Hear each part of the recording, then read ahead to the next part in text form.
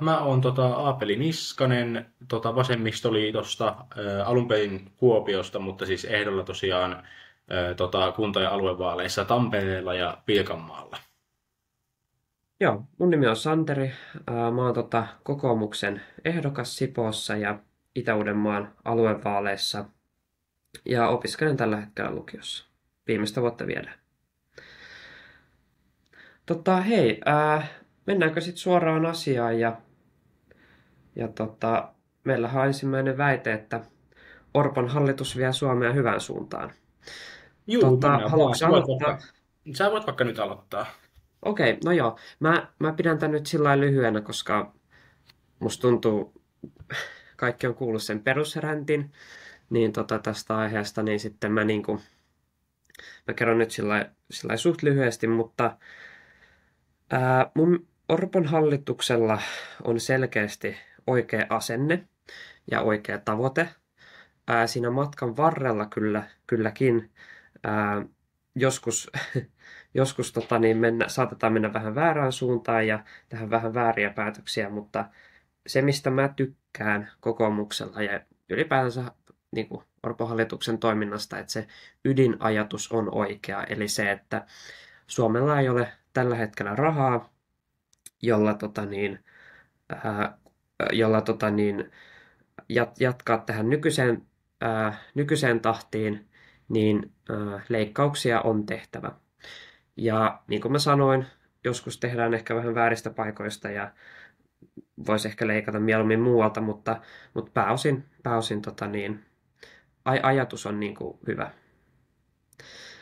No, nyt sä pääset sitten. Joo, mä näkisin, että Orpon hallitus ei vie Suomea hyvään suuntaan. Tiedän, että jatkuva velkaantuminen on ongelmallinen kehityssuunta, mutta siihen Orpon hallitus ei ole kauheasti puuttunut, kun velkaa kuitenkin otetaan yhtä paljon. Mitä tulee näihin leikkauksiin, niin aika useat näistä leikkauskohteista on semmoisia, että se on vähän kuin ottaisi pikavippiä, että joo, siitä säästetään tänään, mutta siinä pitää sitten ensi viikolla maksaa paljon enemmän. Esim. Vaikka asunnottomuus on ensimmäistä kertaa yli 10 vuoteen nousussa. Työttömien määrä on lisääntynyt yli 50 000. 17 000 lasta on tippunut köyhyyteen. On leikattu leikattu koulutuksesta, ammatillisesta koulutuksesta, mikä on muutenkin todella vähän resursseja ja liian vähän resursseja on siellä ja näin päin pois, niin mä en oikein näe, että miten tämä hallitus vie Suomea eteenpäin, varsinkin jos samaan aikaan otetaan silti sitä velkaa. Että mä näkisin, että tai ylipäätään Suomen hallituksen kaikki säästöpäätökset ja myös velanottopäätökset pitäisi pohjautua siihen, että otettaisiin huomioon pitkän aikavälin vaikutukset. Ja mä en näe, että tämä nykyinen hallitus oikein onnistuu siinä. Joo, okei. No mä nyt aloitan ihan eka tosta, kun sä mainitsit, että asuttomuutta, työttömyyttä, niin nyt siis koko maailmalla on nyt menossa laskusuhdanne, eli muun muassa meidän tärkeimmillä kauppakumppaneilla Euroopassa menee myös taloudellisesti nyt on haasteita. Meidän vienti, etenkin Saksaan, on vähentynyt tosi paljon, puhumattakaan sitten kauppa Venäjän kanssa on täysin loppunut. Ukrainan sota, vieläkin on koronapandemiasta, voidaan nähdä sen vaikutuksia. Sitten on ollut tämä energiakriisi, niin tässä on nyt ollut vähän sellaisia tekijöitä, että ulkopuolisia tekijöitä, mihin oli kuka tahansa hallituksessa, niin se ei olisi pystynyt tavallaan täysin niitä vaikutuksia niin kuin nollaamaan, että siis niitä negatiivisia vaikutuksia väkisin tulee, oli siellä kuka tahansa siellä päättämässä. Että niin kuin tämä taloudellinen tilanne on tällä hetkellä haastava. Ja mä myönnän sen, että siis noi on ihan totta, tai luvut siis pitää paikkansa, mutta mä en sanoisi, että ne on Orpon hallituksen syytä, eikä kenenkään syytä olisi ollut kuka tahansa päättämässä, vaan että nämä on yksinkertaisesti suhdanteita ja niin kuin, ulkopuolisia tekijöitä, johon me ei voida vaikuttaa suoranaisesti. Ja ää, tota niin, ää, otas hetkinen, mitähän mun piti ää, niin, ja sitten onhan siis ensinnäkin siis taloushan tulee siis nyt Suomelle on luvattu talouskasvua. Suomen Pankki on luvannut talouskasvua ja muun muassa Etla on luvannut talouskasvua. Et siellä on vuonna 2025 tosi vähän tulee talouskasvua, yli alle 0,5%, et siis tosi vähän. Mutta sitten vuonna 2026 jo sitten se ennusteet on että yli 1% kasvua sieltä tulee. Että tässä tullaan siihen, että ainakin tällaiset ihan luotettavat instituutiot kyllä lupaa talouskasvua ja tässä voisin väittää, että sillä on tekemistä että Orpon hallituksella on tässä tekemistä.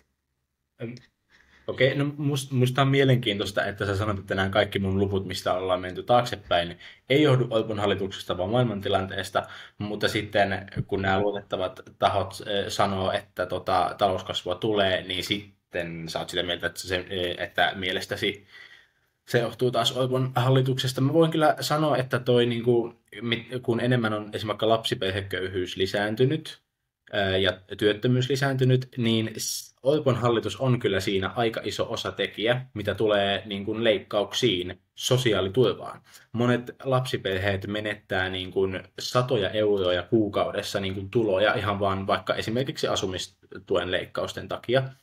Ja semmoiset osa-aikatyöllistyneet ja muutenkin semmoiset niin pitkäaikaiset työttömät, jotka ennen olisi voinut ottaa vastaan vaikka keikkatöitä, niin he eivät enää sitä voi oikein ottaa vastaan, koska tämä hallitus on poistanut myös asumistuesta ja työttömyysetuudesta suojaosat, mikä oli se niin kuin, pieni rahasumma, minkä sä voit tehdä ja mikä sun kannattaa tehdä. Että kyllä mä näkisin, että toi työttömyyden nousu ja asunnottomuuden nousu ja köyhyyden nousu on niin kuin tämän Orpon hallituksen leikkausten ansiota, ja vaikka siinä saadaan tämän verran rahaa valtion kassaan, niin siinä tulee kustannuksia niin kuin tulevaisuudessa, mitä tulee niin kuin terveysongelmiin, mielenterveysongelmiin ja näin päin pois. Joo, siis mä oon siis tuosta samaa mieltä ja siis en mä sano, etteikö sillä siis leikkauksilla olisi huonoja vaikutuksia. Voidaan kohta vielä mennä siihen, että mä jälleen kerran painotan sitä, että meillä ei yksinkertaisesti ole rahaa, mutta mä haluan vielä nyt painottaa, että siis silti vaikka leikkauksilla on ollut tuohon vaikutusta, niin enemmän tuohon vaikuttaa se, että meillä on ollut nyt siis tosi huono taloudellinen tilanne. Ja olisiko sun mielestä Orpon hallituksen nyt pitänyt tähän, niin kuin, nyt kun vienti on ollut tosi heikkoa, just tämä Ukrainan sota ja kaikki, niin olisiko hallituksen pitänyt tehdä jotain muuta? Niin kuin, mitä sä niin kuin, tavallaan siihen sanot, koska niillä asioilla on siis ollut tosi merkittävä vaikutus, miksi meillä on paljon asuttomuutta, työttömyyttä, koska yritykset ei palkkaa läheskään niin paljon tekijöitä, tai sitten pahimmassa tapauksessa ne joutuu sitten, niin kuin,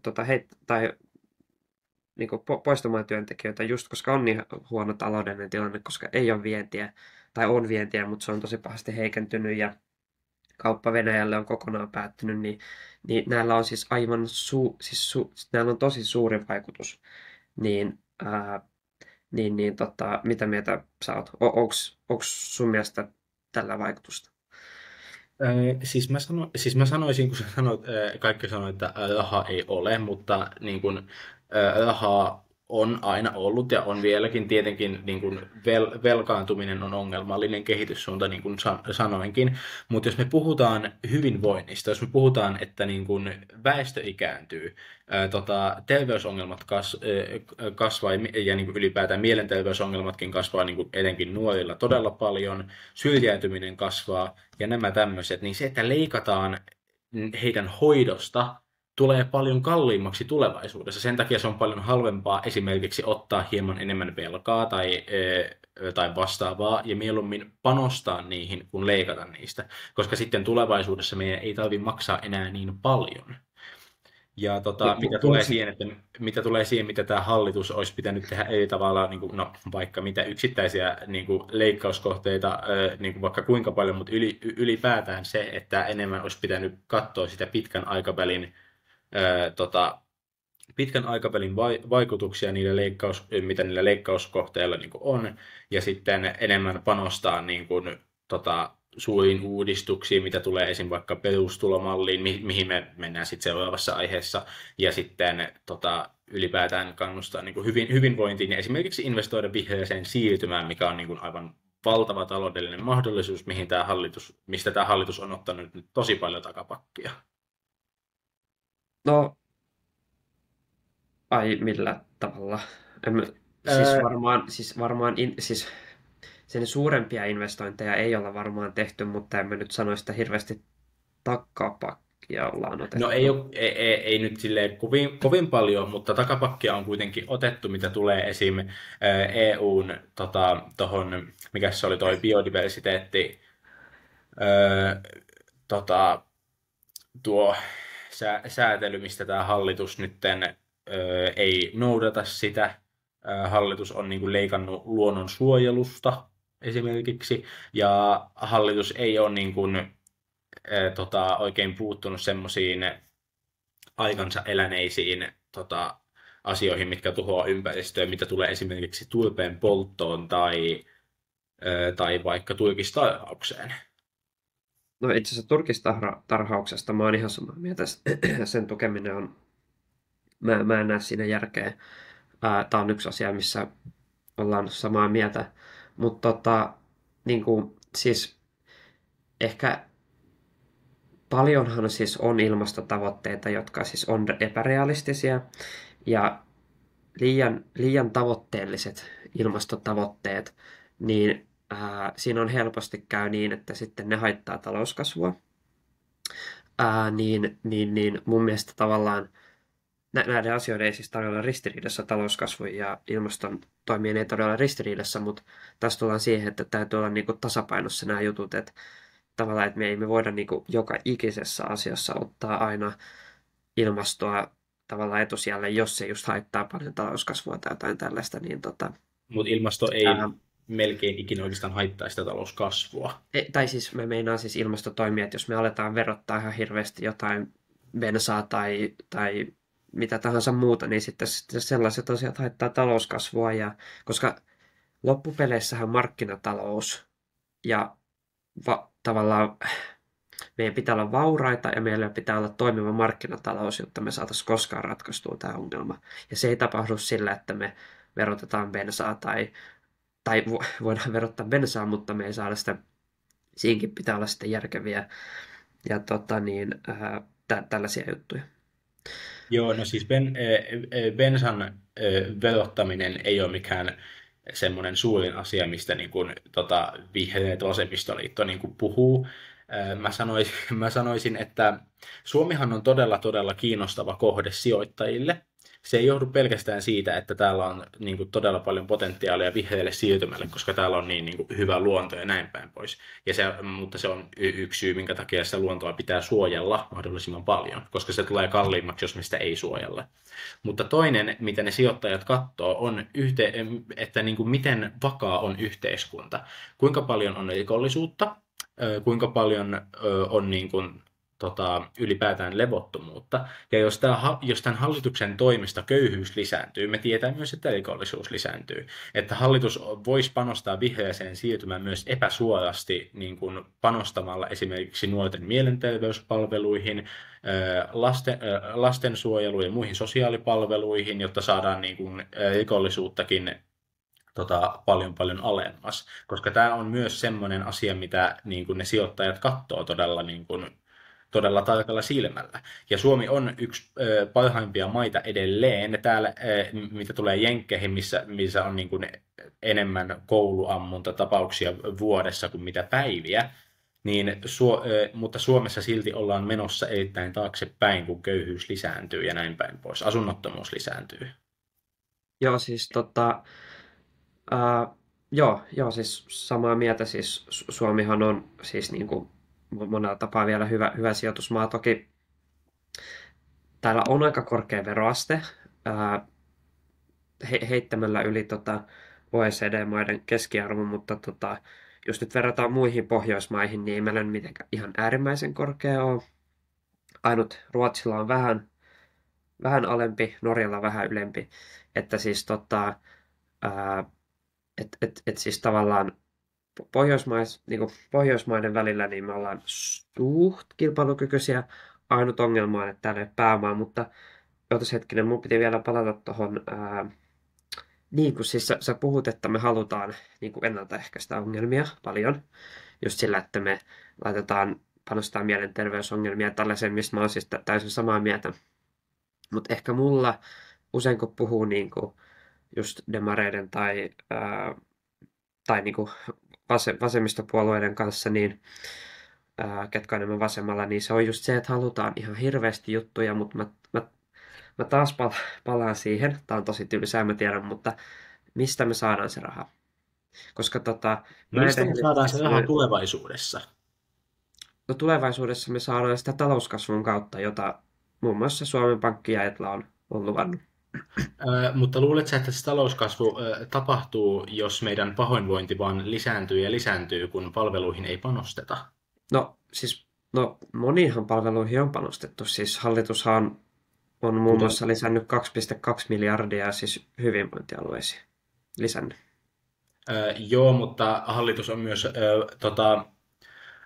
hallitus on myös pakottanut niin kuin alueet leikkaamaan todella tärkeistä palveluista, niin kuin vähentämään alijäämää, niin kuin, oliko se vuoteen 2026 mennessä, ja ne ei ole niin kuin, mahdollisia säästökohteita. Ne tulee tosi kalliiksi, jos hyvinvointialueen niin kuin, kuuluisi niin kuin, säästää sitten vaikka mistä tahansa, päivätoiminnasta, päivystyksestä, peruspalveluista.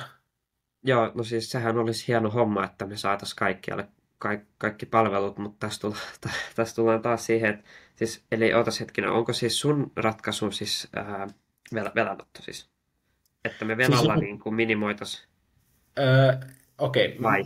mä puhun hetken pieni puheenvuoro velanotosta. Joo, joo. Suomihan on, niin kuin, jos puhutaan taloudellisesta tilanteesta, niin eurooppalaista keskitasoa. Velan, Siis missä asiassa siis jos puhutaan siitä, miten hyvin Suomella menee niin kuin talous ja niin miten paha juttu se velka on, niin se on about eurooppalaista keskitasoa. Niin no, mä haluaisin siis puhua... meillä on... Siis jos me puhutaan velanotosta, onko se hyvä juttu vai huono juttu? Riippuu mihin se käytetään. Jos otetaan velkaa siihen, että annetaan veronkevennyksiä vaikka hyvätuloisille, se ei ole mielestäni kauhean hyvä sijoitus. Jos velkaa otetaan vihreäseen siirtymään, koulutukseen, palveluihin, jotka lisää hyvinvointia tuottavuutta ja vähentää niitä ongelmia tulevaisuudessa, niin se olisi mun mielestä hyvä velanotto. Kyllä mulla on paljon myös niin kuin säästökohteita, niin kuin mitä tulee niin kuin tiettyjen verojen nostoin ja tiettyihin leikkauskohteisiin voisi leikata ja näin päin pois. Mutta se velanotto automaattisesti ei ole huono asia, jos se tulee niin kuin paljon halvemmaksi sitten tulevaisuudessa. Toisin kuin tämä hallitus leikkaa niistä palveluista, mikä tarkoittaa, että tulevaisuudessa meidän pitää ottaa sitä velkaa vielä enemmän.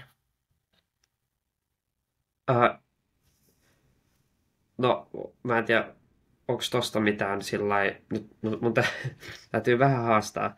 Mä en tiedä, onko tosta nyt suoranaisesti niin todisteita, mutta jälleen kerran siis, ootas hetkinen, eli velanottohan siis ei ole itsessään siis hyvä tai huono asia, siis sehän on työkalu. Mä oon sun kanssa ihan samaa mieltä. Sitä työkalua vaan pitää käyttää oikein. Mun mielestä se, että me lähdetään suoraan leikkaan niin kuin vaikka alentamaan rikkaiden siis veroprosenttia, siis, mikä olisi todellakin hieno asia Suomeen, mutta kyllä, siis on asioita, joita pitäisi ehkä niin kuin pistää kuntoon ennen sitä. Mutta tässä tullaan taas siihen, että mä ehkä nyt haen sitä, että kuinka paljon, koska siis meillähän on tällä hetkellä, me otettiin vuoden 2025 talousarviossa, niin me otettiin 13 miljardia euroa velkaa, 12 miljardia jotain sellaista. Niin meillä on niin kuin nyt jo niin suuret ongelmat, niin jos me haluttaisiin korjata nämä kaikki ongelmat, niin en mä tiedä, mutta siis meidänhän pitäisi ottaa tyyliin 10 miljardia euroa lisää vielä. Niin Joo, toi on vähän sellainen asia, että siis jos ensinnäkin Euroopan keskuspankki ei, tai siis Suomi ei tule saamaan jossain vaiheessa siis raja tulee vastaan, että me ei tulla saamaan enää tiettyä määrää velkaa, niin sit me ollaan niin kuin siinä pisteessä, että me joudutaan tekemään entistä rajumpia muutoksia, koska me ollaan totuttu siihen, että okei, nyt otetaan paljon velkaa, tarjotaan näitä kaikkia palveluita, ja sitten kun se raja tuleekin vastaan, niin sitten me ollaankin, oh no, nyt me ei niin kuin enää saada yhtään velkaa tai lisää, niin nyt me joudutaan, niin kuin, nyt ne leikkaukset tulee olemaan paljon rajumpia. Niin se, mitä mun mielestä hallitus nyt tekee, niin se pikkuhiljaa, aloitetaan nyt pienemmistä toimista ja minimalisoidaan sitä, että tulevaisuudessa jouduttaisiin ottaa entistä enemmän velkaa. Ja mä tiedän, että tulevaisuudessa nämä monet jutut tulisi mahdollisesti kalliimmaksi, mutta meidän täytyy myös katsoa tätä tilannetta, että mikä se on myös nyt.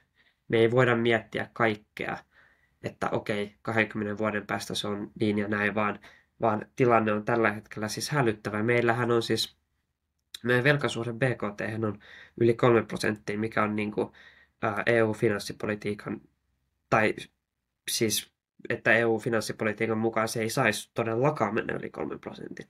Niin tässä on nyt niin kuin kaikki hälytyskellot soi, niin tavallaan jossain vaiheessa me ei tulla enää saamaan niin paljon velkaa kuin me halutaan, niin mä en näe muuta vaihtoehtoa kuin leikata, vaikka se mahdollisesti ennaltaehkäisisi jotain ongelmia, mutta kun me ei voida tavallaan ajatella aina, että koska totta kai me otettaisiin niin paljon rahaa kuin mahdollista, jos se olisi mahdollista, mutta kun se ei ole, niin jossain vaiheessa raja tulee vastaan, niin missä vaiheessa me halutaan tehdä niitä muutoksia, niitä epämukavia muutoksia, niin mun mielestä me tehdään niitä nyt ja se on hyvä asia. En tiedä, Mutta niin ne kuin, leikkauskohteet myös vähentää niin kuin tuloja valtiolle ja myös suomalaisille yrityksille. Vaikka mä otan esimerkiksi kulttuurista leikkaaminen. Onko se sun mielestä hyvä asia? no siis ei tietenkään, siis ei mistään leikkaaminen ole hyvä asia, mutta Tässä meitä, taloustilanteessa. tässä todella, tai siis kyllä, mun mielestä se oli ihan perusteltu leikkaus. Okei, joo. Mutta kai sä tajut, että kulttuuri, joka ikinen euro, mitä valtio antaa kulttuuriin, se tulee moninkertaisesti takaisin. Onks, Mä annan koska, esimerkin. Tampereella on joku kulttuuritapahtuma. Se tarkoittaa, että ihmiset ottaa VR-lipun kauempaakin ne tulee katsomaan sitä kulttuuritapahtumaa. Ne yöpyy hotellissa ja sitten ne käy vielä käyttää jotain ravintolapalveluita, mitä on Tampereella, eikä yritystä, ja sitten menee vielä johonkin toiseen yritykseen baariin niin kuin ottaa yhden bissen tai 3 tai 30, riippuu miten päivä on mennyt. Niin se, jos valtio leikkaa esimerkiksi kulttuurista, se tarkoittaa, että niin kuin suomalaisilta yrityksille vähenee niin kuin ne voitot todella, todella paljon. Ja myös valtiolta, koska jokainen euro tulee moninkertaisesti takaisin. mun täytyy nyt vähän haastaa, onko tosta mitään niin kuin, siis näyttöä tavallaan. Tätä on tutkittu hyvin, hyvin, hyvin laajasti kulttuurin vaikutuksia. Okei. Mä voin vaikka linkata tämän niin kuin keskustelun jälkeen sulle niitä, Joo, että okei, miten okei, kulttuuri oikeasti palvelee taloutta pitkällä juoksulla. okei. Vähän niin kuin, niin kuin se on kirjaimellisesti sijoitus. Vähän niin kuin terveyspalvelutkin on sijoitus. Kyllä, siis kyllä samaa mieltä. Mm. Siis ja siis terveyspalveluthan on siis se pitäisi olla, tai onkin Suomessa perusoikeus, että pääsee terveydenhuoltoon. Niin, se on vähän Niin, se on mun mielestä vaan ikävää, että tämä hallitus esimerkiksi niin kuin, muuttaa hoitotakuun niin kuin 3 kuukauteen. Sehän on niin kuin taloudellisesti todella kamala niin kuin, ja myös inhimillisesti todella kamala päätös. Sehän tarkoittaa sitä, että se sairaus on paljon kalliimpaa hoitaa sitten, jos pääsee vasta 3 kuukauden päästä. joo, no siis se hoitotakuuhan siis, se ei siis tarkoita, siis jokainen hyvinvointialue saa siis päättää itse, Kyllä. se voi olla myös 2 viikkoa, mutta siis ää, tavallaan se ajatus, että se hoitotakuu olisi 2 viikkoa, niin on ihan hyvä, mutta siis tämä antaa kylläkin sitä joustovaraa hyvinvointialueille, jota ne todellakin tarvii, koska me ei voida asettaa epärealistisia ää, tai me ei voida sysätä kaikkea hyvinvointivaltiolle, että hoitakaa tämä ja tämä 2 viikossa. Että siis tämä antaa joustavaraa, mutta siis kyllä mä oon siis samaa mieltä, että meidän pitäisi pyrkiä siihen, että me ennaltaehkäistään mahdollisimman paljon sairauksia ja tällaista säästetään tulevaisuudessa. Todellakin siis samaa mieltä. Eikä tämä hoitotakuu siis mustakaan nyt, mä en osaa sanoa, onko se hyvä vai huono päätös. Huono päätös. Ehkä niin kuin, no joo, mutta tavallaan se antaa siinä sitä joustavaraa, mikä on aika tärkeä. Että hyvinvointialueet voi priorisoida tiettyjä asioita yli toisten.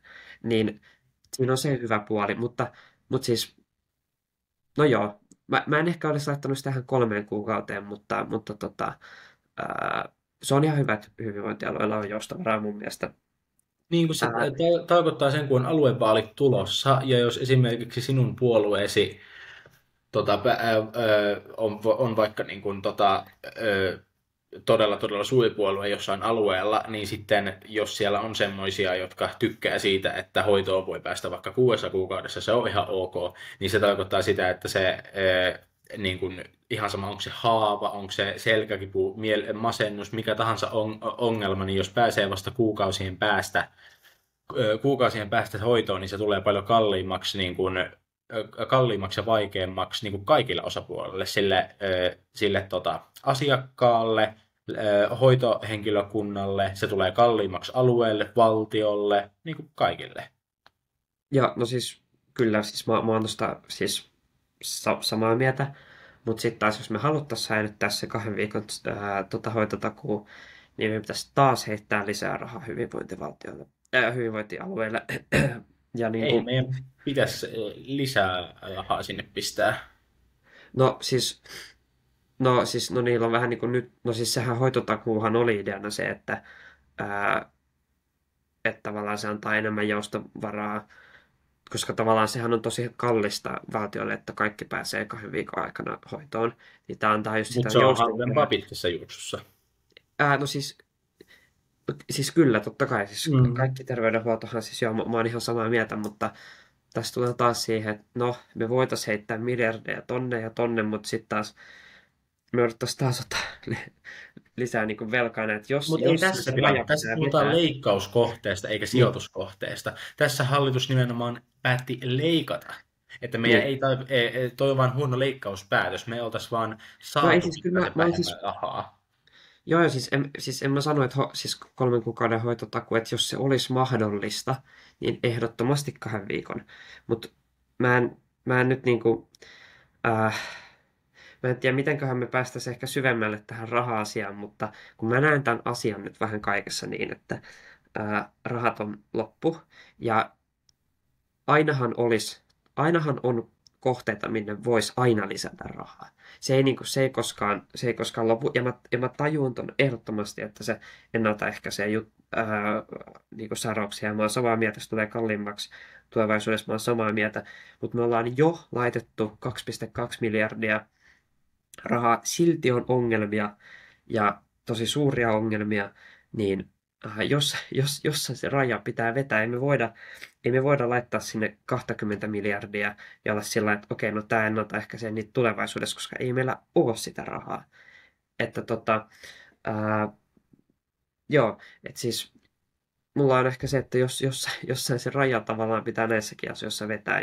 Mutta siitä me ollaan samaa mieltä, että niiden vaikutuksista, 3 kuukauden hoitotakuun vaikutuksista, siitä me ollaan samaa mieltä, mutta ehkä se, että missä nyt se ero on se, että mä en näe tähän, niin kuin, ainut ratkaisu on heittää sinne lisää rahaa, mutta meillä ei ole rahaa, joten mutta en näe muuta vaihtoehtoa. Mä en sanonut, että lisää rahaa hoitotakuuseen, kun se oli jo 2 viikkoa. Mä sanon, että toi on huono leikkauskohde, koska se tulee kalliimmaksi. Toi on vähän sama, että okei, tää on yksinkertaistettu esimerkki erittäin vahvasti, mutta toi on vähän sama, jos mä päättäisin, että okei, mä lopetan mun duunit sen takia, koska bussilippu on liian kallis ja mä en jaksa kävellä tonne. Mutta siinähän mä menetän mun kaikki palkkatulot. Eihän siinä ole mitään järkeä. Niin vähän sama kuin ei ole mitään järkeä leikata pieni summa siitä, että on mahdollista, että hoitotakuu on 3 kuukautta. Ei siinä ole mitään järkeä, koska se on vain pieni summa valtiolle, joka ei auta valtion taloutta juuri ollenkaan, mutta sitten siinä on aivan käsittämättömän suuret taloudelliset niin kuin, vaikutukset, nimenomaan negatiiviset semmoiset, mitä tulee siihen, että ihmiset ei pääse hoitoon tarpeeksi ajoissa, ja sitten se on paljon vaikeampaa ja kalliimpaa hoitaa tulevaisuudessa. On se sitten kuukauden päästä tai 2 vuoden päästä. Niin sen takia sä nyt puhut siitä, että rahaa ei ole ja me ei voida ottaa lisää velkaa. Kukaan ei sanonut, että otetaan lisää velkaa, vaan se, että ei leikata tosta. Tai siis niin kuin No, nyt mutta tässä keskustelussa siis. Mutta jos me ei leikata, niin sittenhän meidän pitää ottaa lisää velkaa. Ei välttämättä. Tai sitten me voidaan leikata Siis jostain Venäjässä, muualta. eikö Niin kuin mä oon sanonut, että mulla on muitakin semmoisia tulonlähteitä kuin leikkaukset. niin, Leikkauspolitiikka no ei joo. palvele taloutta pitkässä juoksussa.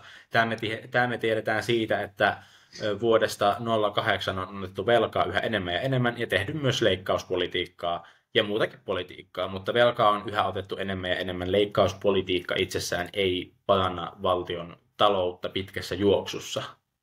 No, jälleen kerran mä painotan talouskasvua on luvattu.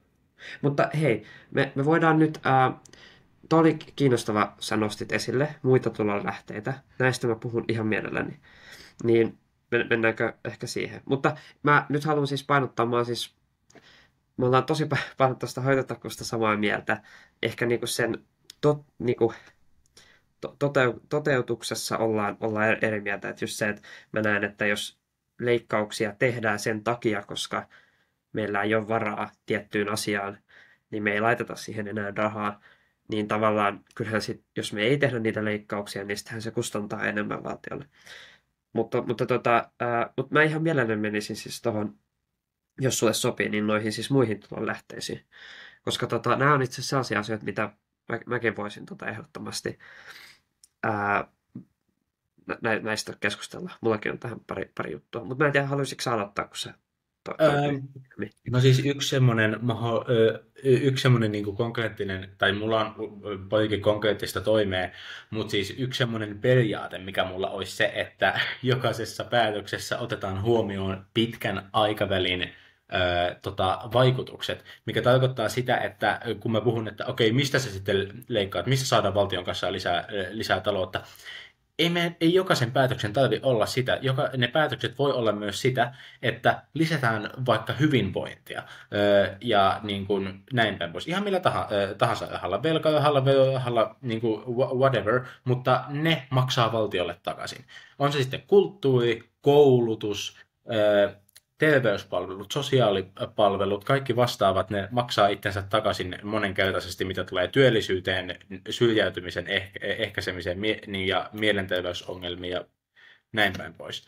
Mutta mitä tulee noihin niin kuin, konkreettisiin niin kuin vaihtoehtoihin, niin mä edelleen painottaisin ykkösenä olisi mulla perustulojärjestelmä, mihin me mennään seuraavassa aiheessa tarkemmin.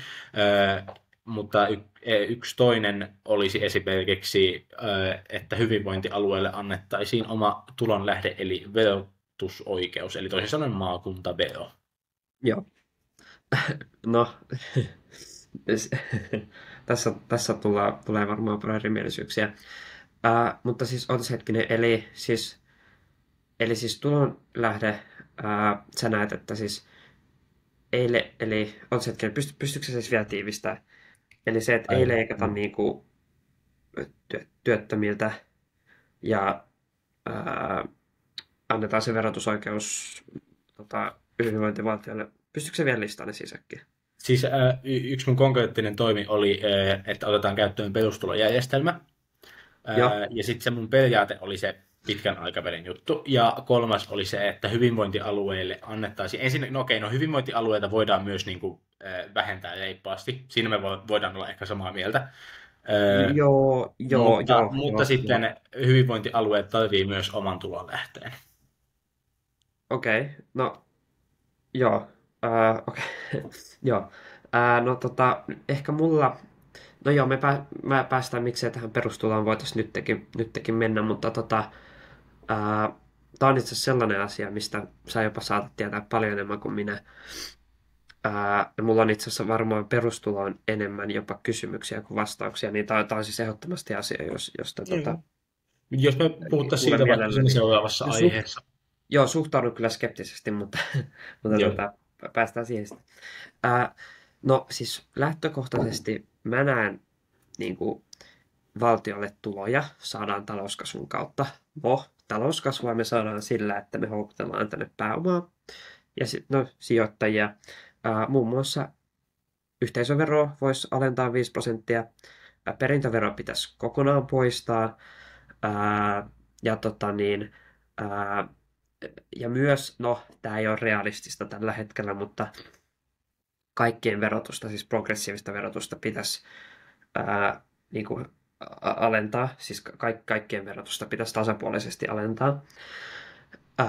Tällaisia juttuja mä näen, että olisi hyvä ja saataisiin tuloja sitä kautta, koska mä lähtökohtaisesti uskon siihen, että mä en usko lähtökohtaisesti siihen, että me saadaan meidän talous kuntoon sillä, että me lisätään julkisen sektorin kulutusta, vaan mä uskon just toisinpäin, että me vähennettäisiin julkisen sektorin kulutusta ja sen sijaan annettaisiin tilaa niin kuin, markkinoille, tilaa yksityiselle sektorille ja saataisiin niin kuin sitä kautta sitä talouskasvua ja hyvinvointia. Et ehkä se, missä meillä tulee just paljon eroa, on just se, että sä uskot varmaan just siihen, että suurennetaan julkista sektoria, kun taas mun mielestä se on nyt jo turhan iso, vaan sen sijaan meidän pitäisi just antaa tilaa yksityiselle sektorille enemmän. Monista eri syistä voidaan siihenkin mennä sitten, mutta joo, että mä lähtökohtaisesti uskon siihen, että meidän pitää kannustaa työntekoon, kannustaa omistamiseen ja kannustaa niin kuin, just esimerkiksi yhteisöveron, niin kannustaa yrittämistä. Siis sä puhuit tuossa, että valtiolle lisää tuloja, ja sit sä puhuit perintöveron poistamisesta. Joo, mä uskon, että pitkällä joo, siis joo. Perintöveron poistaminen vähentää valtion tuloja. Kyllä, ja mutta ei ne pitkällä tahot, mitkä sä listasit, jotka niin kuin lupaa talouskasvua, nehän sanoo, että perintöveron poistaminen hidastaisi talouskasvua. Ei. Kyllä, no, kyllä. Siis esimerkiksi Laboren, niin kuin, oliko se pääjohtaja vai puheenjohtaja, whatever, niin siis sehän esimerkiksi sanoi, ja muutenkin tässä talouskehysriihessä niin kuin ne ainoa asiantuntija, joka siellä oli paikalla, oli sitä mieltä, että perintöveron poistaminen nimenomaan niin kuin hidastaa. Ei ainakaan nopeuta, ei välttämättä hidasta, mutta jos jompaa kumpaa, niin nimenomaan hidastaa talouskasvua. No, mä oon kyllä, siis perintöverolla on siis kyllä, se poistaa, siis vähentää tuloja valtiolle ainakin nyt siis tässä hetkessä. Mutta siis kun säkin puhut paljon pitkän aikavälin vaikutuksista, niin tämä olisi yksi niistä pitkän aikavälin vaikutuksista, joka todellakin vaikuttaisi positiivisesti. Tämähän tehtiin, Ruotsihan poisti perintöveron vuonna 2005 ja Norja poisti 2014. Ja kumpikin näistä aiheutti sen, että maahan muutti takaisin paljon vauraita ihmisiä, lisäsi, siis tämähän kannustaa niin kuin sijoittamiseen ja esimerkiksi kaikki, vaikka silloin kun yritykset tapahtuu siis toi sukupolvenvaihdos, niin nehän joutuu siis säästämään siihen sukupolvenvaihdokseen tosi kauan, niin sen sijaan, että säästetään siihen sukupolvenvaihdokseen, niin mieluummin voitaisiin sijoittaa ne rahat takaisin yritykseen. Niin samoin tämä koskee myös, kun puhutaan, että tämä on vaan tämä auttaa vain vauraita, mutta siis tämähän auttaa myös perustulosia, tavallaan perustulotason ihmisiä, koska jos sulla on vaikka ollut tai siis suvun omistama vaikka mökki, niin mun mielestä se ei ole hirveän oikeudenmukaista, että jos sulla ei ole varaa maksaa sitä perintöveroa, niin sitten se joudutaan väkisin väkisin myymään. Joo, mutta siis Niin mun mielestä hauskaa. tällaiset asiat, samoin pätee myös yrityksiin. Että mun mielestä se on epäoikeudenmukaista, että sun suku on vaikka omistanut jonkun yrityksen kauan, ja sitten ollaan siinä pisteessä, että ei ole varaa maksaa perintöveroa, niin nyt sitten se joudutaan väkisin myymään. Niin mun mielestä tämä koskee myös tosi paljon siis ihan niin kuin, ei vaan vauraita ihmisiä, vaan myös perustulon tason ihmisiä. Joo, sä oot Että, väärässä. Anteeksi, mun on pakko, ja, ja. sä oot yksinkertaisesti väärässä. Oliko se vuonna 2024 vai 2023, niin yli 50% niin kuin suomalaisista, jotka sai niin kuin perinnön, niin ne sai niin pienen perinnön, että ne ei maksanut lainkaan perintöveroa. Että Joo, perintövero on, vaikka se on ylivoimaisesti vihaituin vero Suomessa, niin suomalaiset ei tajua sitä, että niin kuin kaikista todennäköisemmin, ellei sun porukat ole oikeasti tosi, tosi, tosi rikkaita, niin perintövero on joko niin kuin tosi mitätön tai sitten ihan pikkuinen. joo, mutta sitten taas on se osa ihmisistä, ketkä joutuu kokemaan sen negatiiviset vaikutukset. Ja nyt siis mä puhun ihan sellaisista ihmisistä, ketkä just on ihan siis tavalla, niin kuin, ei ole siis ei ole vauraita ihmisiä, niillä on just se yritys tai mökki, jonka ne joutuu sitten myymään. Niin kyllähän näitäkin ihmisiä on. Niin mun mielestä ei me voida vaan unohtaa ja olla sillä, että no, ei voi mitään. Mutta nyt siis niihin ehkä nyt, niin kuin mä just sanoin, niin mun mielestä se ei oikeudenmukainen vero, mutta myös taloudellisesti. Mä en nyt tiedä tuota Laboran keissiä. Mä oon itse asiassa, mä oon jonkin verran, mä oon muun muassa lukenut ton Mika Malirannan kirjaa. Sehän on ollut Laborella. En muista missä roolissa, mutta Laborella on kyllä paljon fiksuja tyyppejä töissä ja jotenkin vaikea uskoa, että ne olisi sanonut, että sillä on negatiivisia vaikutuksia. Voi olla, että on eri mieltä. Ja siis Avaa, perintöverollahan niin siis, siellähän se löytyy. okei, joo, okei, no joo. Mutta siis perintöverollahan siis se, että se auttaa yrityksiä ja houkuttelee sijoituksia, niin sehän pitää paikkansa. Ja tästä voin vaikka nyt heti linkata Etlan artikkelin tai tutkimuksen, niin Ei tarvitse nyt heti, voit myöhemmin joo, okei, no linkata. joo. Mutta Haluaisin siis kysyä, nyt kun sä siis, sanoit, että pääomia pitäisi saada lisää. ja Milloin. itse asiassa, sori, ihan mulla tuli just mieleen, niin esimerkiksi tässä tullaan just siihen, että jos on vaikka Suomi, maa, jossa on perintövero, ja sitten on Ruotsi tai Norja, jossa ei ole perintöveroa, niin tavallaan yrityksienhän on paljon kannattavampaa niin kuin vaikka mennä sinne tekemään liiketoimintaa, totta kai Niin, jos riippuu mikä siihen on kokoinen edellytykset. yritys. Tässä me tullaan tähän, että milloin Suomella meni talouden kannalta hyvin? Tai siis milloin Suomessa oli tosi paljon pääomaa ja vaurautta? No siis siis vuonna 2007, Ei, 2000. aikaisemmin. Silloin kun No, oli oikeasti tosi hyvin. Oltiin niinku tosi niinku maailmanlaajuisesti niinku siellä kärjessä. Ei nyt kärjessä, mutta niinku kuitenkin aika hyvin meni. Sehän oli no nyt 80-luvulla. en tiedä mitä tarkkaan haet, mä en tiedä. Milloin meillä oli No siis, niin no kuin silloin kun, vaurautta ja milloin meidän talous meni oikeasti hyvin, niin sehän oli about 80-luvulla. Tiedätkö, mitä 80-luvulla oli? joo, en tiedä mitä 80-luvulla, Haluatko tai en arvata? tiedä mitä tarkkaan haet. Liittyy jotenkin veroon. Nyt en osaa kyllä sanoa. 80-luvulla ennen siis 90-luvun alkuun oli semmoinen juttu, että pääomatulot ja ansiotulot, niiden verotus oli harmonisoitu.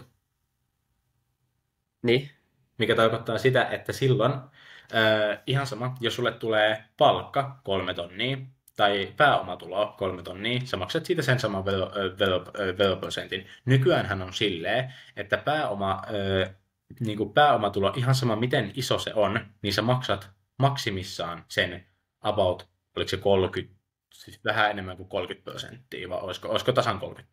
Siinä missä ja, ansiotulot, jos sulla on tosi iso palkka, niin sehän menee yli 50% se vero.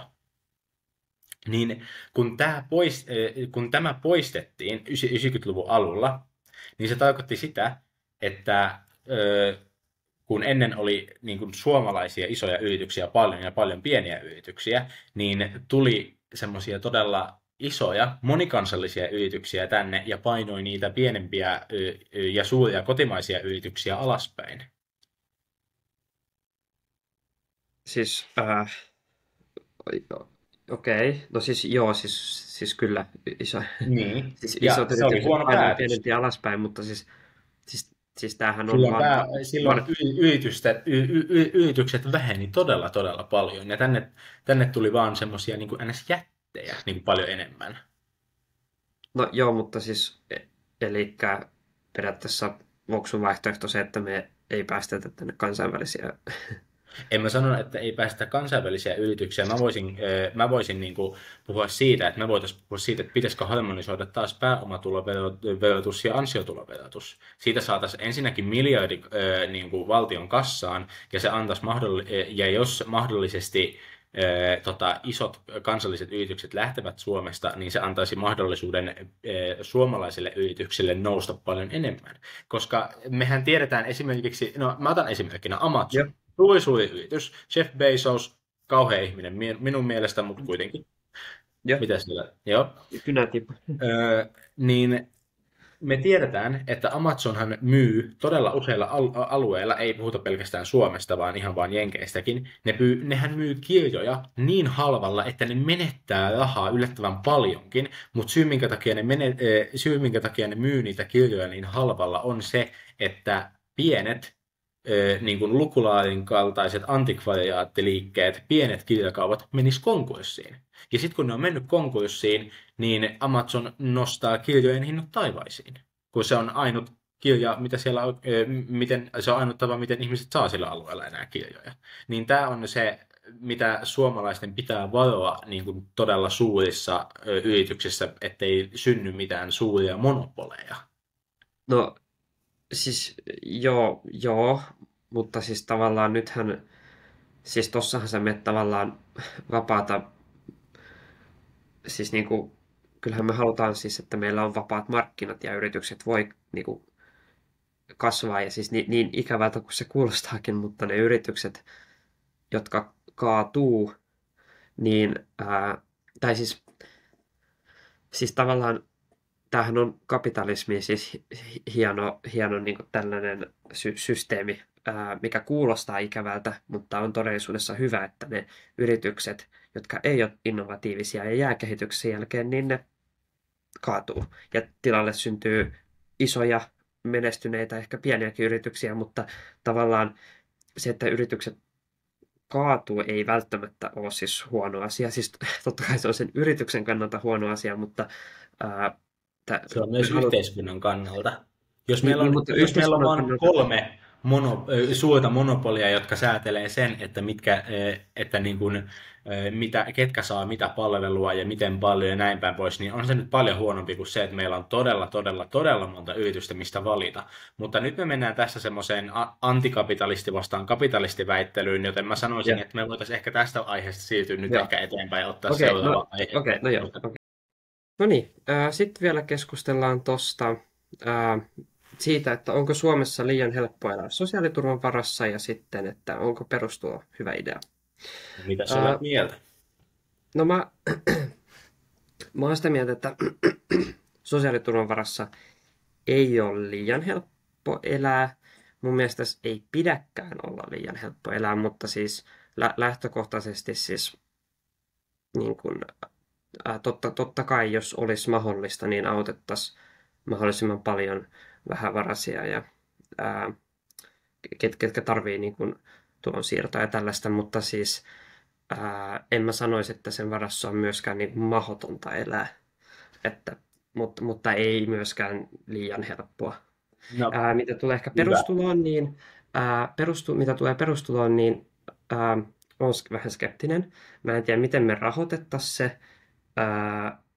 Siis en ole tutkinut asiaa sen koommin, että on ehdottomasti sellainen asia, mistä sä kyllä ihan mielelläni kuulen, mutta suhtaudun toki vähän skeptisesti näin kokoomuslaisena, mutta joo. Useat Siinä kokoomuslaiset kannattaa perustuloa, mutta ei tarpeeksi. Tai niin kuin silleen useat, niin kuin, tarkoitan sitä, että mä tunnen monia silleen vähän nuorempia, liberaalempia kokoomuslaisia, jotka on sitä mieltä, että se olisi hyvä idea. Okei. No siis joo, joo, eikä siis en mä sano, että eikö kokoomuslainen voisi kannattaa perustuloa en missään Joo. nimessä, mutta on ehkä saanut vähän sellaisen käsityksen, että se ei ole ehkä kokoomuksen kanta, ainakaan virallinen kanta, mutta toki voin olla väärässä, en Joo. tiedä, ehkä on mennyt ohi, mutta joo, siis kyllähän mä siis itsekin koen olevani suht liberaali. Ää, Mähän olin siinä näissä vaalikoneissa, mähän on ollut jokaisessa vaalikoneessa aika lailla keskellä, niin kuin konservatiivinen. Mä oon ollut oikealla niin kuin oikealla, mutta sitten liberaali ja konservatiivinen mä oon ollut siinä keskellä aika lailla. Et mä Mä en oon ole ollut aina oikeastaan siellä tullut. ihan alakulmassa. No niin, Vasemmalla joo, alakulmassa niin kuin, ihan sama, onko se sitten mun määritelmä vai sitten sen koneen antama, niin mä oon aina siellä niin kuin, joo. okei, se, että onko mä vasemmistolainen vai pikkasen vasemmistolainen, niin se on niin kuin, se vaihtelee, mutta mä oon aina siellä ihan liberaalipäässä. Okei, no joo, okei. No mä oon siinä, ehkä siis se kallistui sinne liberaalin puolelle, mutta siis aika siinä rajalla. Mutta Joo, no joo, voidaan vaikka pistää tuohon screenshotti niistä joo, taulukoista, että missä ne on. Mutta joo, siis, joo. mitä tulee tuohon väitteeseen, että onko sosiaaliturvassa liian helppo elää?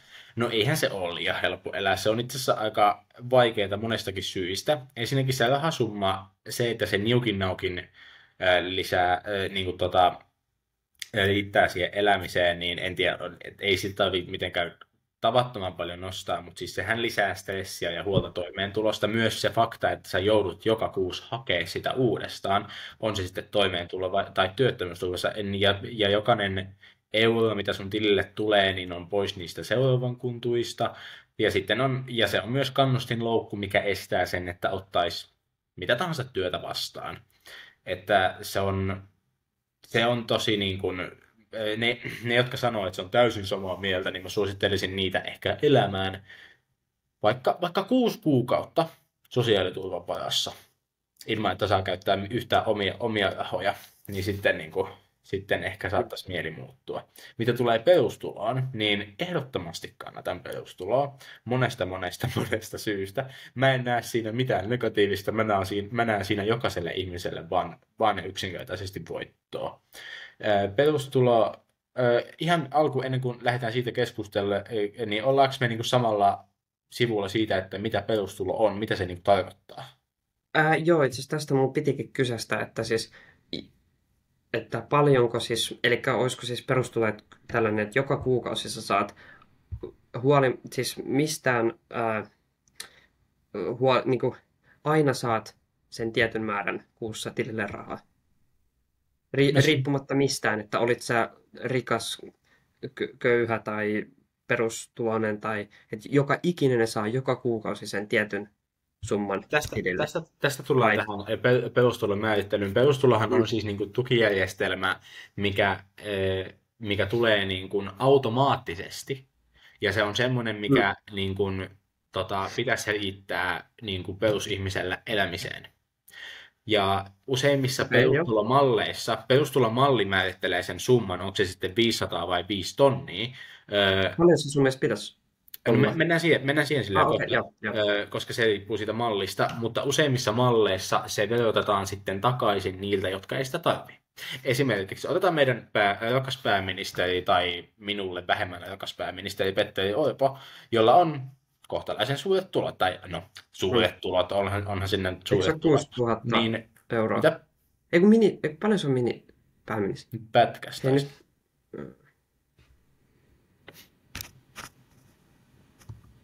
nyt pätkäs. Kuuluuko nyt?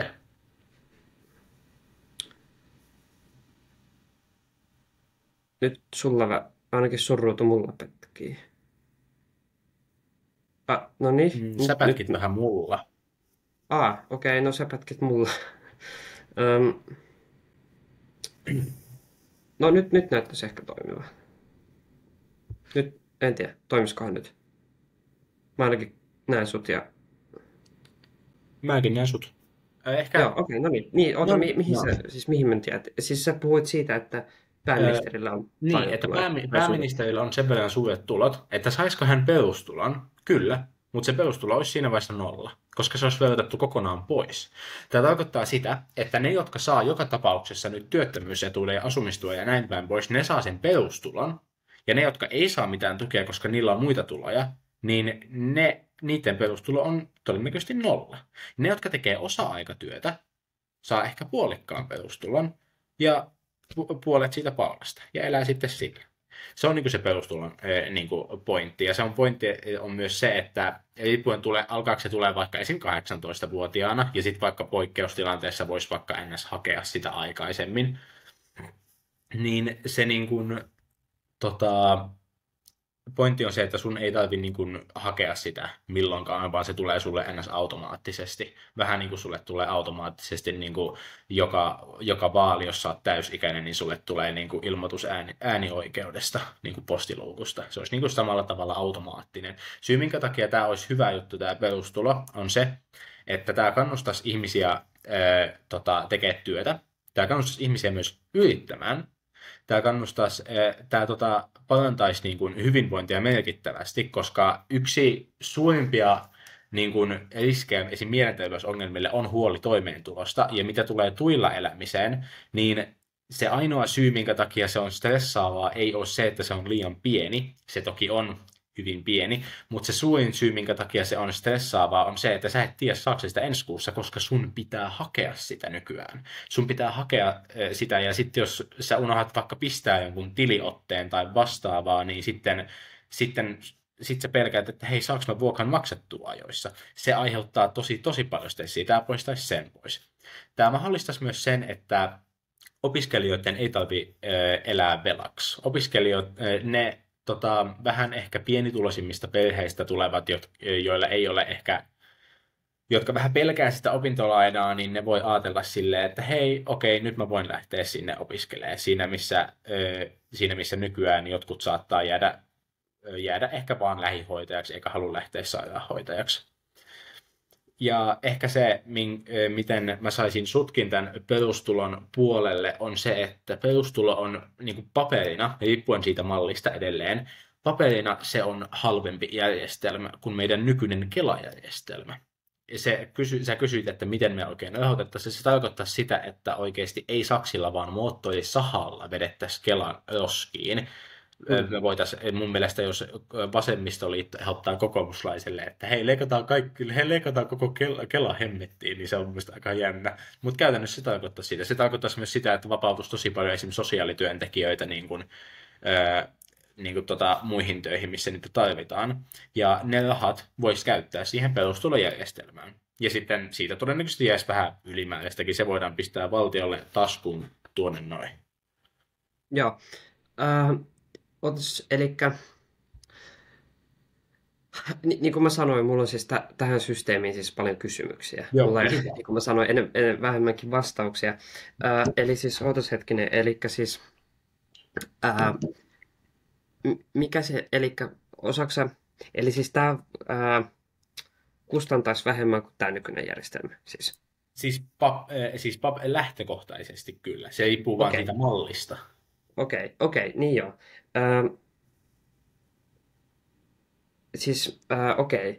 No entä, sä puhuit siitä siis kannustaa työntekoon, niin paljonko se perustulo olisi jollain, joka on vaikka täysin työtön?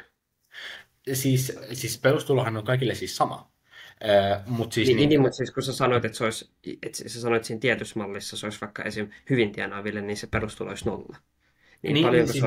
Tarkoitan sitä, että perustulo on, niin kuin Suomen perustulo olisi niin kuin vaikka 100 tai 1 000, mutta se, että miten se sulta verotetaan pois, niin se riippuu sitten sun omista tuloista. Se todennäköisesti ei olisi yhtään paljon isompi kuin nykyinen niin kuin työttömän saama vaikka asumistuki plus työttömyysetuus. Puhutaan niin kuin todennäköisesti alle 1 000.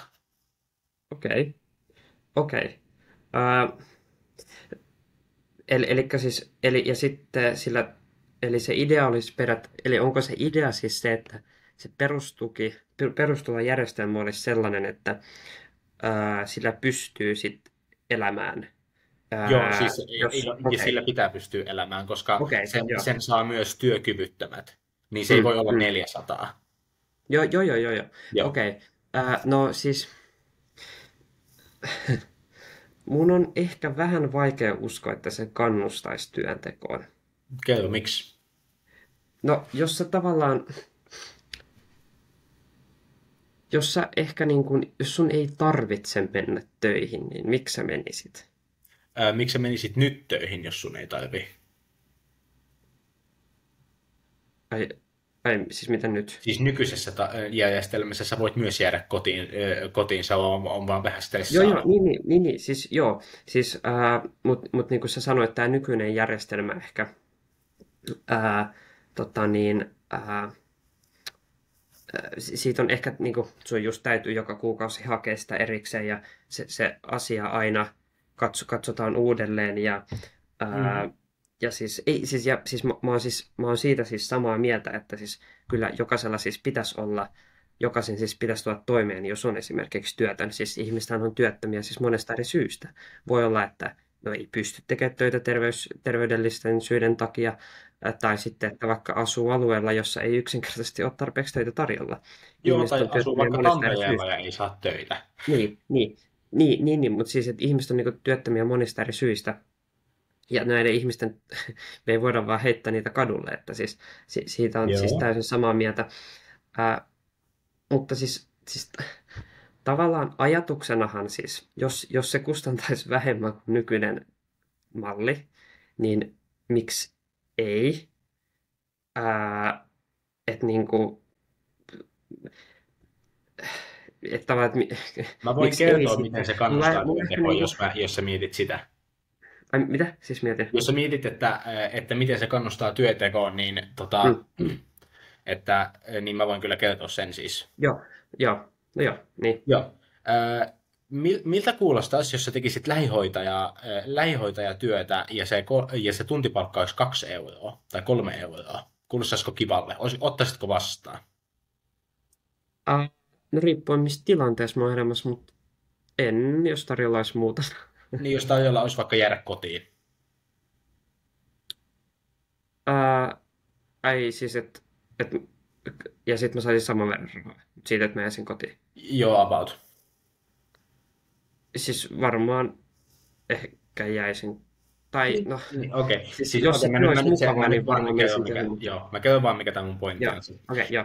Nykyisessä järjestelmässä, jos puhutaan pitkäaikaistyöttömistä, Mm, pitkäaikaistyöttömät ei ole enää täysin työkykyisiä. Ne on osa-aikatyökykyisiä, ne on keikkatyökykyisiä. Ne ei pysty menemään noin vaan sormiin napauttamalla niin kuin kokopäivätyöhön. Ja mm, mainittakoon vielä, että niitä töitä ei yksinkertaisesti ole tällä hetkellä. No, minkä takia tämä sitten kannustaa työntekoon? Jos verrataan nykyiseen järjestelmään, missä jollekin työttömälle tarjotaan työpaikkaa, osa-aikatyötä, keikkatyötä. Kannattaako sen ottaa se vastaan? No eihän sen kannata, koska joka ikinen euro, mitä se ansaitsee, on pois seuraavan kuun tuista. Eli se ei niin ansaitsisi paljon mitään, paitsi ehkä sen verran, paitsi se saattaisi ehkä ansaita vaan niin vähän, että se ei olisi yhtään sen arvosta. Se on kuin tekisi lähihoitajan työtä 2 euron tuntipalkalla. Sillä ei ole mitään järkeä ottaa sitä työtä vastaan, koska se todennäköisesti vaan menettää sitä rahaa. kyllä. Perustulojärjestelmässä se ei olisi sillä tavalla. Se tapahtuisi silleen, että sulle tarjotaan työtä, ja sitten jokainen euro, mikä tulee sun tilille, niin se ei ole pois sun seuraavan kuun perustulosta. Mm. Mm. No Niin se siis kyllä, kannustaisi siis ottaa toihan on, vastaan siis keikkatöitä, kyllä. Mm, osa-aikatöitä. Mainittakoon vielä työkyvyttömistä ihmisistä, jotka on työkyvyttömiä monesta eri syistä. mm, Mutta jos puhutaan työkyvyttömistä, jotka on työkyvyttömiä nimenomaan sen pitkäaikaistyöttömyyden takia, niin se kannustaisi myös niitä kuntouttamaan itseään sillä työllä. mm, Esimerkiksi perustulolla, jos ottaa vastaan pientä lähihoitoa, otetaan vastaan 1 keikka, 2 keikkaa viikossa, jota se pystyy tekemään. Se huomaa, että okei, nyt mulla on lisää rahaa, mä ostan vähän lisää parempaa ruokaa, se voi paremmin. Sitten se voi ottaa vähän lisää ja lisää, sitten se vaihtaa puolikkaaseen viikkoon jo ehkä 4 kuukauden päästä. Ja sitten se voi yhä paremmin ja paremmin, ja tässä vaiheessa ehkä se alkaisi verottua pikkuhiljaa se perustulo pois, mutta se huomaa, että mä oon jo työelämässä, ei haittaa. Ja sitten ehkä mahdollisesti jo vuoden päästä meillä on niin kuin yksi lähihoitaja, joka tekee koko päivä töitä lisää. Ja sitten meillä on 5 vanhusta niin kuin vanhainkodissa niin kuin enemmän, jolla on niin kuin puhas vaippa, kun ne menee nukkuun. Tämä on ainoastaan niin kuin perustulon ansiosta. Se on se syy, minkä takia se nimenomaan kannustaa ottaa töitä, koska se työ tarkoittaa lisää rahaa. Mm. Joo, ja siis mä oon siis tuossa täysin samaa mieltä, että siis just kun sä puhuit siitä tässä nykyisessä järjestelmässä, siis just keikkatöiden vastaanottaminen tai jotain tällaista, niin siis täysin siis samaa mieltä. Ää, niin siis niin, että siis mulla on niinku ehkä ajatuksissa toi niinku, siis kuulostaa jotenkin mun korvaan vaan ehkä liian hyvältä ollakseen totta, että se olisi... Koska se on vaan niin hyvä. Niin, Se vaan on niin hyvä. Niin kuin, toi kuulostaa liian hyvälle ollakseen totta. niin, Nimenomaan posti tuli.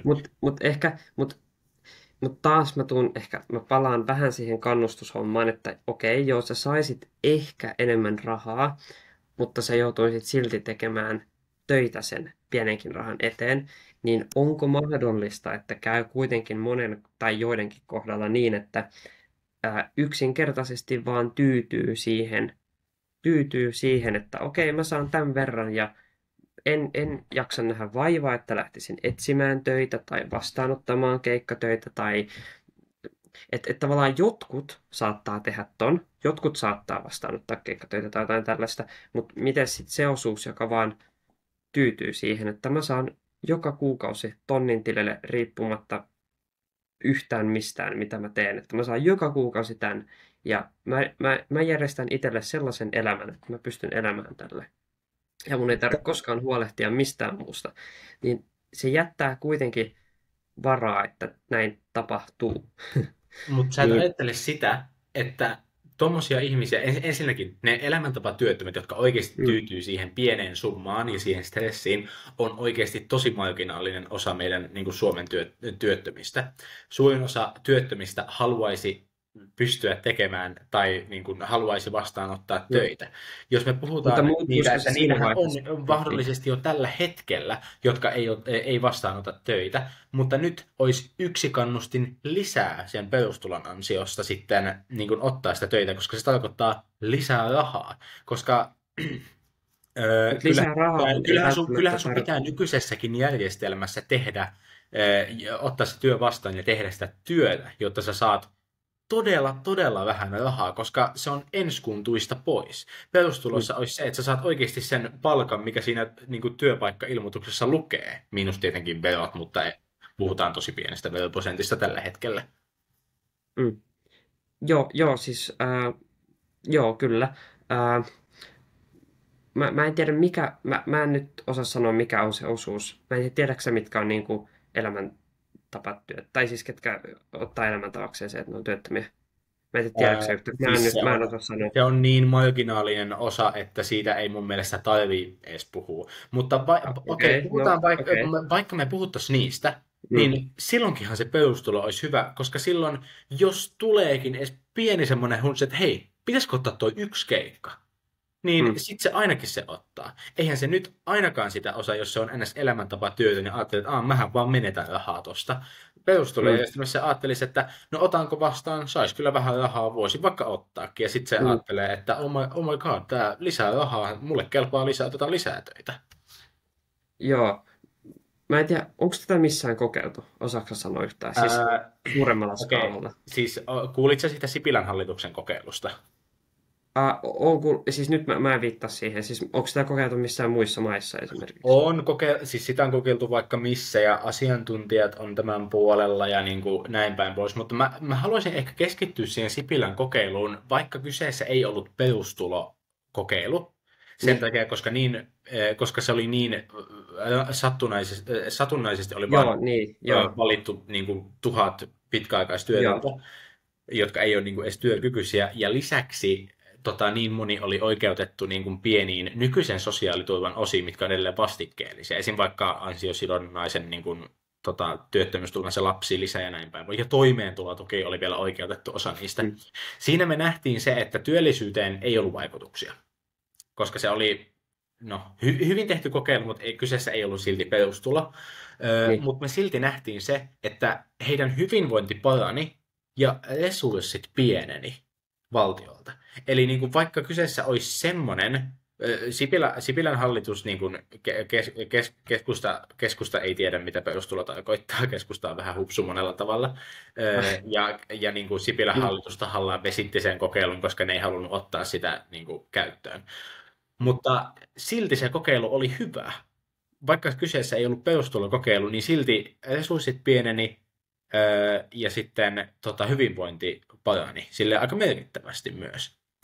Niin jos puhutaan muista laajemmista kokeilusta, niin tätähän on kokeiltu niin kuin, myös niin kuin, tuolla Etelä-Euroopassa päin, niin myös ehkä muistaakseni niin kuin Etelä- ja Pohjois-Amerikassa. Tällä hetkellä oikeastaan muistaakseni Iran taitaa olla ainut maa, missä on perustulojärjestelmä, mutta mä en tiedä kyllä, että miten se siellä oikein vaikuttaa, koska Iran ei ole muuten lähtökohtaisesti kauhean hyvä maa. Joo. Joo. Okei, no siis... Elikkä siis periaatteessa tässä sun systeemissä tämä ei lisäisi ainakaan menoja valtiolle, näinkö? Ei, tai no ainakin siis pointtihan on se, että byrokratiaa lähtisi todella paljon, koska Kelassa tällä hetkellä on oikeasti käsittämättömän paljon työntekijöitä, jotka vastailee puheluihin ja jotka käsittelee jokaista hakemusta, joka tulee kerran kuussa, jokaiselta työttömältä ja mahdollisesti myös jokaiselta opiskelijaltakin. Ja vielä enemmänkin tulee niitä hakemuksia ja selvityspyyntöjä, niitä pitää niin kuin tuhanset, niin kuin, oliko se 15 000 vai jopa 20 000 niin kuin työntekijää, joita tällä hetkellä on niin kuin Kelassa. Niin kuin voisi siitä 90% niin kuin, etsiä jonkun toisenkin paikan. Valtion byrokratia vähenisi todella paljon, ja se on se syy, minkä takia myös markkinaliberaalit kannattaa perustuloa. Esimerkiksi liberaalipuolue, joka on kokoomuksesta niin kuin 10 kivenheiton verran oikealla, niin siellä on niin kuin vielä enemmän niitä suhteessa tietenkin puolueen niin kuin jäsenmäärään, niin siellä on vielä enemmän ihmisiä, jotka kannattaa sitä perustuloa. Joo. Koska se on nimenomaan semmoinen yksi esimerkki, kun Patrik Itäniemi sanoo, että nämä leikkaukset ei riitä saksitouhuun, vaan tarvitaan moottorisaha. Tämä olisi yksi yksi moottorisaha, mikä toimisi, koska Kelaa ei tarvittaisi. Se, että väheneekö kustannukset kauhean paljon vai lisääntyykö ne pikkasen, niin se riippuu taas jälleen kerran siitä perustulomallista, mutta se absoluuttinen fakta on se, että perustulojärjestelmä näin paperina, siis puhutaan vaan perustulojärjestelmä ja tästä Suomen järjestelmästä, niin se perustulojärjestelmä olisi aina halvempi. Joo, siis joo. Ja siis mä en niinku halua olla se ihminen, joka tiedätkö, tyrmää kaikki tällaiset tosi... Mä haluan siis ääri-ideoita tai mitään, mutta siis mä ehdottomasti on aina valmis kuuntelemaan kaikkea tällaisia. Mutta ja siis mun mielestä toi systeeminä voisi olla kokeilun arvoinen, siis yhteiskunnallisella tasolla, jos se ei lisää valtion menoja ja jos me ei jouduta esimerkiksi korottamaan meidän veroastetta, kokonaisveroastetta tai jotain progressiivista tai jotakin tällaista, että niin kauan kunnes sillä ei ole tai siis niin kauan kunnes sillä ei ole vaikutuksia meidän verotukseen sillä kannalla, että me nostetaan sitä, niin miksi ei? Ainakin siis niin kuin kokeilun muodossa ehdottomasti siis niin kuin, joo, ja siis ja mä ehdottomasti suhtaudun siis tosi moneen asiaan sillä, että aina voidaan kokeilla ja aina voidaan pohtia ja keskustella niin kuin tuossa sun systeemissä, niin siis kyllä siis ehdottomasti se kuulostaa järkevältä. Totta kai me halutaan, että työn vastaanottaminen on kannattavaa. Niin tuossa tapauksessahan se on kannattavaa. Ja siis ainut mulla on vielä se kysymysmerkki. Mä en usko, että hirveän moni työtön ehkä haluaisi olla työtön. Mä en usko siihen. Lähtökohtaisesti mä luulen, että kaikki varmaan haluaisi. Ja totta kai sä tienaat enemmän, kun sä oot niin töissä ja sulla on ehkä elämässä rutiinia. Tänne on tällaisia asioita, mitä ihmiset ehkä kaipaa. Niin mä en usko, että niitä niin kuin elämäntapatyöttömiä olisi ihan hirveästi. Ei niitä olekaan. Joo, niin. mua ehkä vähän pelottaa, että siinä on kuitenkin se mahdollisuus, että niitä sitten olisi, mutta sen takia tätä niin kuin, teoriassa voitaisiin kokeilla. Ää, mutta ää, joo, siis tavallaan toi sun systeemi, no mä koko ajan sanon vaan samaa, mutta siis sun systeemi, jossa valtion menot ei nouse, eikä me jouduta verottaa hirveästi lisää, niin miksi ei? Että siis tavallaan, totta kai siis mun pitäisi nyt ehkä tutustua aiheeseen myös itsekin enemmän, mutta kyllä siis toi sun systeemi kuulostaa ihan kokeilun arvoiselta. Mutta niin kuin, Siis tässähän mä joo, tarkoitan, kun mä sanon, että Suomeen pitäisi saada perustulo, mähän en tarkoita sitä, että nyt huomenna, ensi kuuhun mm, mennessä pitäisi tulla niin kuin joka kuukausi siitä eteenpäin jokaiselle tonnitilille, vaan mä niin, tarkoitan sitä, että siitä pitäisi oikeasti tehdä todella laaja yhteiskunnallinen kokeilu, joka on oikeasti semmoinen, niin kuin, että se on oikeasti nimenomaan perustulokokeilu kyseessä. niin kyllä, Ja niin joo, kuin, mä niin kuin joka päivä keksin tästä vaan lisää niin kuin positiivisia vaikutuksia. mm, Hoitojonothan pienenee, kun mielenterveysongelmat vähenee niiltä niin, työttömiltä ja niin kuin vaikka mitä muuta. Opiskelijoiden hyvinvointi paranee ja, ja niin kuin korkeakouluopiskelu niin kuin muuttuu enemmän tasa-arvoiseksi, yhdenvertaiseksi, näin päin pois. Siis tämä on vaan niin, tää, kyllä, niin kuin sä sanoit, että tämä on kuulostaa liian hyvältä ollakseen totta, koska tämä vaan on niin hyvä. Se olisi niin, aivan niin, helvetin hyvä. joo, joo, joo, siis kyllä, siis ainakin sä saat kuulostaa sen hyvältä, ja niin, no mä sanoinkin jo mun näkemykset tähän, mutta ei, niin, ei mulla, en mä niinku, tavallaan mä en ehkä nyt lähtisi haastamaan ihan hirveästi, kun niin kuin mä sanoin, mä en tiedä aiheesta hirveästi, mä en ole lukenut mitään tutkimuksia, Joo. enkä ole lukenut. Mä oon yhden Laboren jutun lukenut. Siinä käsiteltiin just sitä, että paljonko se kustantaisi valtiolle. Ja siinä käsiteltiin ehkä paria eri mallia, mutta siis tästäkin on jo jonkin verran aikaa. Niin. Mä en muista siitä tutkimuksesta tai siitä raportista mitään sen Joo, voi tarkempaa. olla, että Mutta kyseessä ei ollut oikeasti perustulo. Voi olla, että labojakaan ei tiedä, mitä perustulo tarkoittaa. Koska, niin, koska, koska monille tulee semmoinen olo, että perustulo tarkoittaa sitä, että myös pääministeri saa sen tonnin ja se tonni tulee sen tilille ja eikä se lähde sieltä mihinkään. niin. Eihän se ole okei, siis totta kai perustulomalli voi olla tommonen, mutta siis se pointti on se, että se verottuu Silloin se sitten kustantaisi pikkuhiljaa pois. vähän, joo, mutta siis niin tuossa tapauksessa olisi jo epärealistinen, että Niin. kaikki saisi Niin, tonnin silloin se tilille. olisi kallis. Silloin Silloin se olisi niin kuin joo. todella kallis ja silloin se ei ole kannattavaa. Mutta siis tavallaan se ajatus, että se korvaisi nämä nykyiset tulonsiirtojärjestelmät, niin ei ihan ideana ihan hyvä. Mutta Se on joo, oikein hyvä. niin kyllä. Tässä tällä kertaa mä en ainakaan lähde sillä lailla haastamaan. Mun mielestä ajatuksena ihan hyvä ja Joo, ja siis tää on niin kuin, kokeiluarvoinen. mä en vaan näe, miten kukaan tässä häviäisi. Siis niin kuin jos jollain on vaikka pieni yritysidea, niin se kannattaa lähteä toteuttaa, koska ei tarvitse huolia siitä, että entä jos tämä ei tuota ensi kuussa. Jopa semmoiset todella konservatiiviset niin kuin, ihmisetkin, semmoiset miehet, jotka on silleen, mä haluan, että mun vaimo pysyy kotona. Eihän se ole mahdollista, koska ei yksi ihminen voi elättää niin kuin kahta ihmistä, ellei ole tosi suurituloinen. Mutta jos se nainen saa perustulon, se voisi jäädä kotiin niin kuin teoriassa silleen, että niin kuin tämmöiset siis jutut.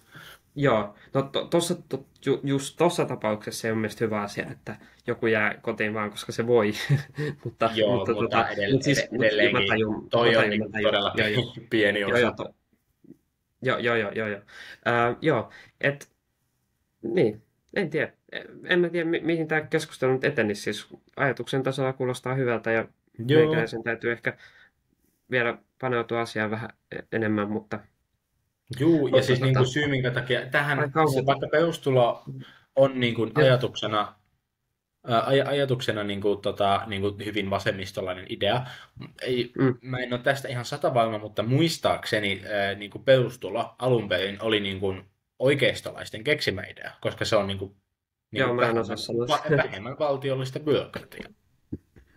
Ja niin kuin, Joo. no, niin, mitä pienempi valtio, sitä enemmän oikeistolaiset tykkää. Ja tässä Mm. vaiheessa niin minäkin tykkään, mutta en muuten ehkä. Niin. Joo. Okei. No, niin. En mä tiedä. En mä tiedä, No, mitä eli tästä nyt sillä lailla perustulo enemmän. on hyvä väittelyohi, eikö ei? No niin, eihän tämä nyt väittely ollut, mutta kuitenkin. Joo, ei siis kun mä ihan mielelläni siis kuuntelen ja mä oon just täysin samaa mieltä, että Suomessa me tarvitaan tällaisia suuria ideoita ja, Mm.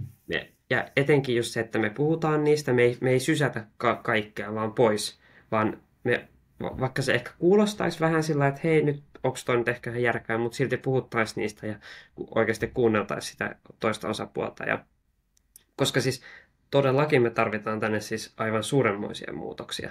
Ää, että joo, ja toihan olisi yksi sellaisista, ja sehän olisi tietyllä tapaa hieno homma, että Suomi olisi edelläkävijä tällaisissa hommeleissa, mutta joo, joo. Hm. Ihan oli oikein kiinnostava kuulla sun kanta tähän. Joo, no niin. Ja toivottavasti Ite vielä... tämä saa sut ehkä kannattamaan perustuloa ja joko Mm. muuttamaan puoluetta siis sisältäpäin tai sitten vaihtamaan puoluetta sellaiseen, joka kannattaa perustuloa. No, katsotaan sitä sitten. Puoluetta mä en ehkä mä tykkään kyllä kokoomuksesta, mutta